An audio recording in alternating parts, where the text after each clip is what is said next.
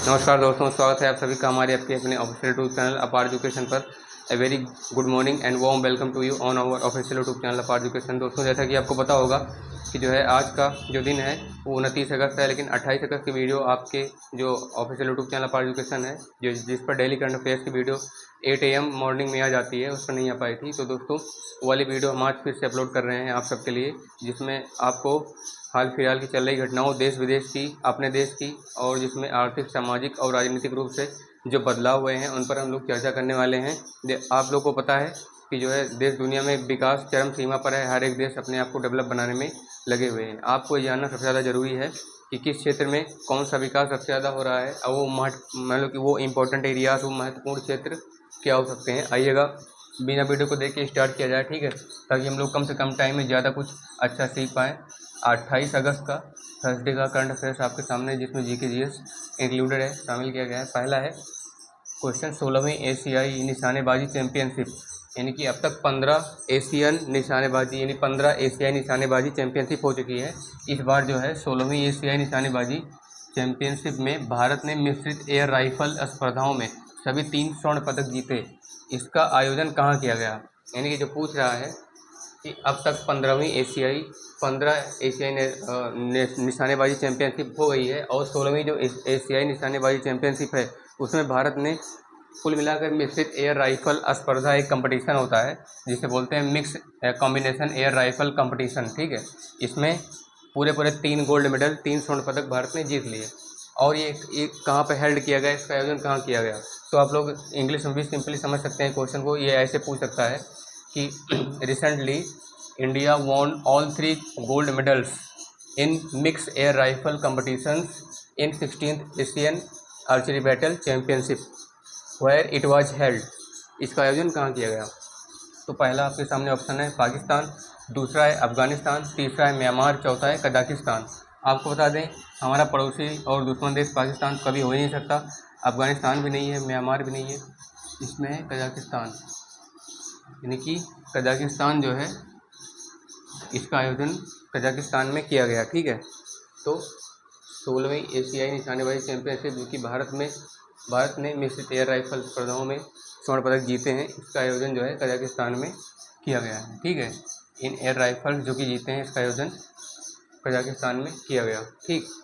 तो आप लोग सिंपली समझ सकते हैं, it was held in Kazakhstan where India won all 3 gold medals in mixed air rifle competitions in 16th Asian archery battle championship, ठीक है। आइए आगे बढ़ते हैं। क्या है, भारतीय नौसेना में कौन कौन से एडवांस स्टील फ्रिगेट शामिल होने के लिए तैयार किए गए हैं? अभी भारतीय नौसेना यानी इंडियन एयरफोर्स में ऐसे कौन कौन से एडवांस स्टील फ्रिगेट, ठीक है, शामिल करने की कोशिश की जा रही है भारतीय, जैसे ड्रोन तकनीकी हो गया है ना, AI टेक्नोलॉजी आ गई है, तो उस पर भी ढेर सारी मशीनें बनने लगी हैं। तो इससे पूछ रहा है भारतीय नौसेना में कौन कौन से एडवांस स्टील फ्रिगेट शामिल करने के लिए तैयार किए गए हैं, यानी कि विच advance steel frigate have been prepared to included in Indian air force. कौन कौन से हैं? पहला है उदयगिरी है, दूसरा हिमगिरी, तीसरा शक्ति चक्रवन, चौथा है उदयगिरी और हिमगिरी। यानी इन दोनों को बता रहा है, या तो उदयगिरी, या तो हिमगिरी, या तो इससे भी अलग शक्ति चक्र, या तो फिर उदयगिरी और हिमगिरी दोनों। तो आपको बता दें, न केवल उदयगिरी है, ना ही अकेला हिमगिरी है, ना ही शक्ति चक्रवन है, इसे बाद में शामिल किया गया है। उदयगिरी और हिमगिरी को अभी हाल ही में भारतीय नौसेना में एक एडवांस स्टील फ्रिगेट के रूप में शामिल किया गया है। तो आप लोग बोल सकते हैं Udaygiri and Himgiri both have been included in Indian air force as a advance steel frigate, ठीक है, एडवांस स्टील फ्रिगेट के रूप में शामिल किए गए हैं। आइए आगे बढ़ते हैं। क्या है, इरेडा ने हाल ही में किसके साथ एक प्रदर्शन समझौता ज्ञापन पर हस्ताक्षर किए? यानी कि with which IREDA signed on the indicating dealing agreement recently. किसके साथ अभी इरेडा ने हाल ही में एक प्रदर्शन समझौता ज्ञापन में हस्ताक्षर किए हैं? वो कौन सा मंत्रालय है, कौन सी मिनिस्ट्री है? कृषि मंत्रालय है, रक्षा मंत्रालय, गृह मंत्रालय है, या फिर नवीन एवं नवीकरणीय ऊर्जा मंत्रालय?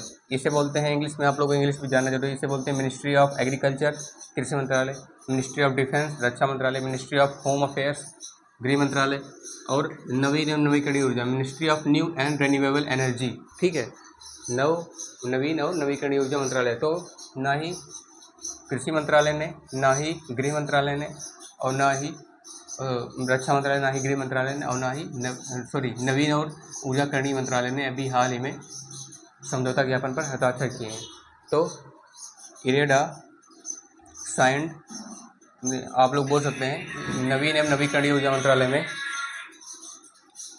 IREDA signed on the dealing agreement with new and renewable energy source या ministry of new and renewable energy, ठीक है।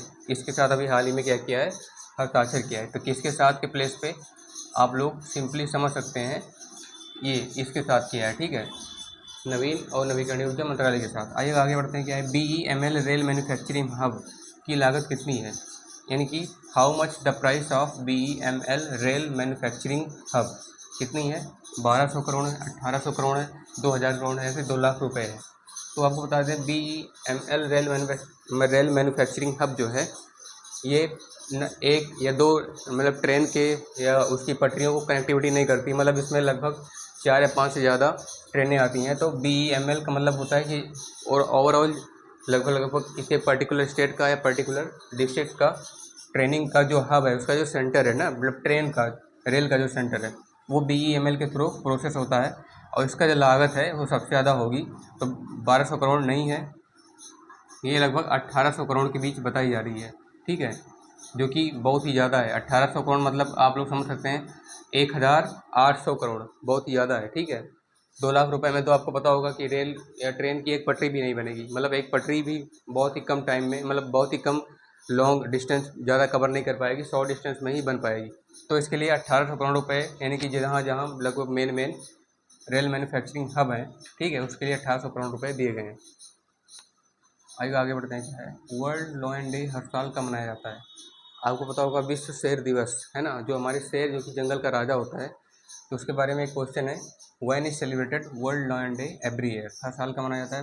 पहला ऑप्शन है 9 अगस्त, दूसरा 10 अगस्त, तीसरा 11 अगस्त, चौथा है 12 अगस्त। तो आपको बता दें वर्ल्ड लॉयन डे जो है हर साल 9 अगस्त को मनाया जाता है। तो world lion day is celebrated on 9 August every year, ठीक है, हर साल 9 अगस्त को मनाया जाता है। आइए आगे बढ़ते हैं क्लास को। इस लास्ट क्वेश्चन के पहले वाला क्वेश्चन क्या है, इतिहास का सबसे चर्चित भाषण भारत के किस महापुरुष द्वारा अमेरिका की शिकागो में दिया गया। आपको पता होगा आज से ठीक लगभग 200 से 250 साल पहले, यानी कि लगभग तकरीबन 18वीं सदी की 18th सेंचुरी की हम बात करें, ठीक है, तो उसमें भारत का एक ऐसा महापुरुष था, भारत के एक ऐसे मनुष्य हुए जिनके गुरु स्वामी रामकृष्ण परमहंस हैं, ठीक है, और जो है वो बेशक्त मतलब जो स्वामी रामकृष्ण परमहंस के शिष्य थे, वो जो है महापुरुष जो है भारत के ही मतलब भारत को रिप्रेजेंटेट करने के लिए, भारत को प्रदर्शित करने के लिए विश्व मंच पर अमेरिका के शिकागो में गए थे स्पीच देने, जिनकी स्पीच मतलब सबसे ज़्यादा वायरल हुई थी, जमकर वायरल हुई थी, और सबसे शानदार और जानदार भाषण था उनका, ठीक है, जिसे पूरे वर्ल्ड के पूरे विश्व के महापुरुषों ने सुना था।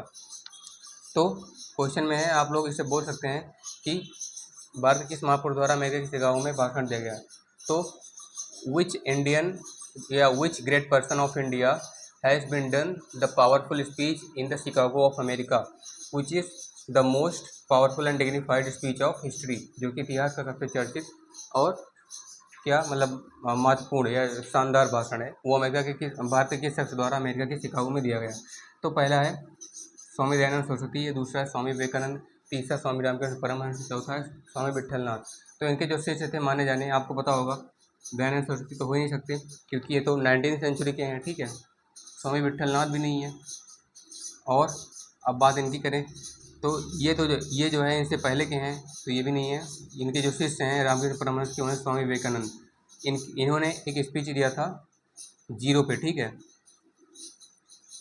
जीरो पीपल पे दिया था, मतलब जिनको लगभग ये दुनिया जीरो मानती है, वही कुछ ना कुछ करके दिखाते हैं, वही हीरो बनते हैं, ठीक है। तो मतलब जीरो का मतलब शून्यवाद पर उन्होंने टिप्पणी दी थी, जब किसी ने पूछा था कि भारत का जो कंट्रीब्यूशन है वो जीरो है, इसी पर एक गाना बना है कि जीरो दिया मेरे भारत ने, तब सारे देश को गिनती आई, है ना, देता ना दशमलव भारत तो चांद पे जाना मुश्किल था। तो इसी तरह का कुछ हमारे भारत का कंट्रीब्यूशन रहा है, आर्यभट्ट ने पाई दिया, जीरो दिया, ठीक है। तो इस तरह हमारे भारत के एक महापुरुष हुए हैं जिनका नाम है, जो स्वामी रामकृष्ण परमहंस के शिष्य हैं, और हमारे भारत के महापुरुषों में से एक हैं स्वामी विवेकानंद। तो the most powerful and dignified speech was given by Swami Vivekananda in the Chicago of America, ठीक है, which is already the most powerful and dignified speech of history, जो कि इतिहास का सबसे महत्वपूर्ण और चर्चित भाषण रहा है। आइए अगर देखते हैं लास्ट क्वेश्चन क्या है। 76 वर्षों के अंतराल पर दिखाई देने वाला धूमकेतु। धूमकेतु से आपको पता चल गया होगा कि ये क्वेश्चन हम लोगों ने जियोग्राफी से लिया है। ठीक है, जियोग्राफी यानी कि आप लोग जिसे हिंदी में भूगोल बोलते हैं, भूगोल से लिया है। ठीक, तो 76 वर्षों के अंतराल पर दिखाई देने वाला धूमकेतु है ना। धूमकेतु यानी कि 76 वर्षों के अंतराल पर in the distance of 67 years the same asteroid धूमकेतु इज, दिखाई देने वाला जो धूमकेतु है वो कौन सा है। पहला है हेली धूमकेतु, दूसरा है उल्कापिंड है, तीसरा है प्रोक्सिमा सेंचुरी, चौथा है कोई नहीं। प्रोक्सिमा सेंचुरी जो कि हमारे सूरज की तरह ही सबसे बड़ा तारा है, लेकिन हमारे सोलर सिस्टम में एग्जिस्ट नहीं करता है। ठीक है, इसे जो है ये हमारी आकाश गंगा में ही है, मतलब हमारे सोलर सिस्टम से लगभग 1 प्रकाश वर्ष दूर है। तो ये नहीं होगा, इनमें कोई नहीं है, ऐसा संभव नहीं। उल्कापिंड भी नहीं है। आपको बता दें 76 वर्षों के अंतराल पर दिखाई देने वाला जो धूमकेतु है उसका नाम है हेली धूमकेतु, यानी कि इन द टू शो या to look of the same asteroid या to look of the same asteroid in the distance of 67 years या in the difference of 67 years is heli धूमकेतु।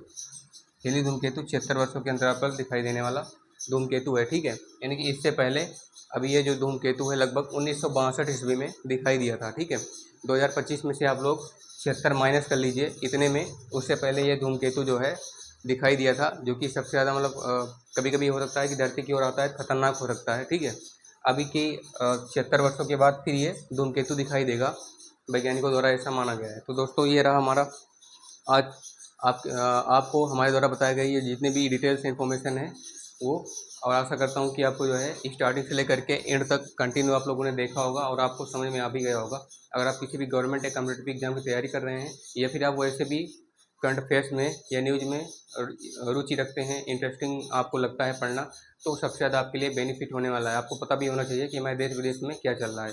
तो दोस्तों पढ़ते रहिए, मस्त रहिए, मिलते हैं आपसे नेक्स्ट वीडियो में, तब तक के लिए बहुत बहुत धन्यवाद।